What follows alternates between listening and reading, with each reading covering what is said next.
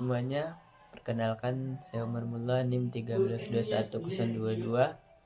Di sini saya akan mengulas mengenai materi filsafat ilmu, yaitu perkembangan ilmu periode modern dan kontemporer untuk memenuhi ujian tengah semester yang diampu oleh Bapak Mualim Lubis. Baik, berikut ulasannya mengenai pokok pembahasannya, yaitu terdiri dari dua pembahasan. Yang pertama, pembahasan mengenai periode ilmu pada masa modern. Yang kedua, periode ilmu pada masa kontemporer. Poin yang pertama yaitu zaman modern. Zaman modern ditandai dengan penemuan dalam bidang ilmiah. Benua Eropa dipandang sebagai basis perkembangan ilmu pengetahuan. Slamet dan Imam Santoso mengemukakan 3 sumber kemajuan, yaitu pertama, hubungan Islam dan Semenanjung Iberia dengan negara-negara Prancis. Para pendeta Prancis banyak belajar di Spanyol dan kembali menyebarkan ilmu pengetahuan yang diperolehnya.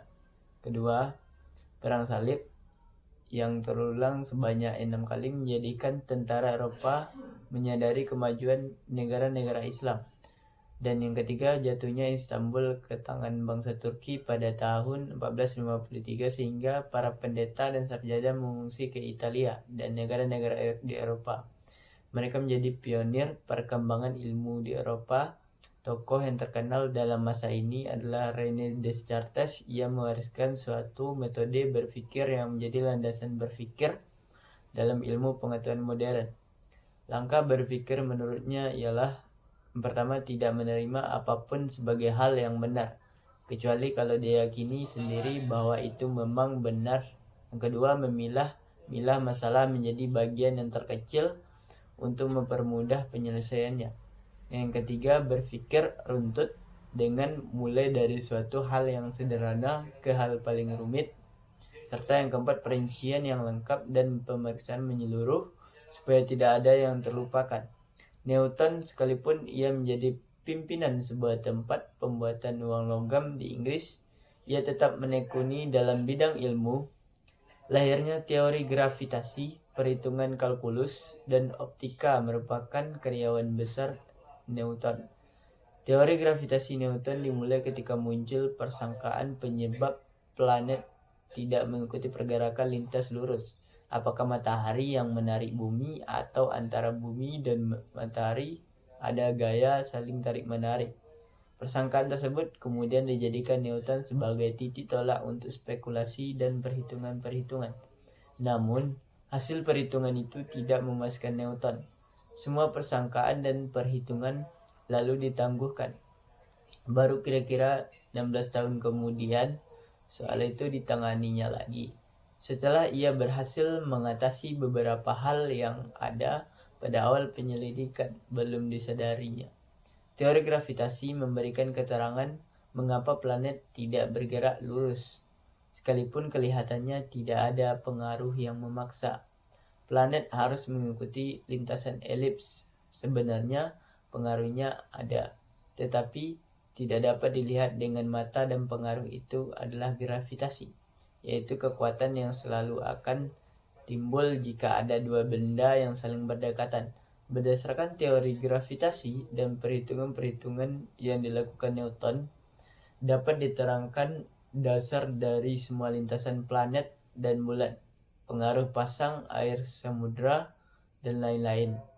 Peristiwa astronomi justru dalam lapangan astronomilah ketepatan teori gravitasi semakin meyakinkan, sehingga tidak ada lagi yang tidak percaya tentang adanya gravitasi ini. Secara singkat dapat ditarik sebuah sejarah lengkap ilmu-ilmu yang lahir pada saat itu. Perkembangan ilmu pada abad ke-18 telah melahirkan ilmu seperti taksonomi, ekonomi, kalkulus, dan statistika. Di abad ke-9 lahir farmakologi, geofisika, geomorfologi, paleontologi, arkeologi, dan sosiologi. Abad ke-20 mengenai ilmu, teori informasi, logika, matematika, mekanika, kuantum, fisika nuklir, kimia nuklir, radiobiologi, oceanografi, budaya, psikologi, dan sebagainya.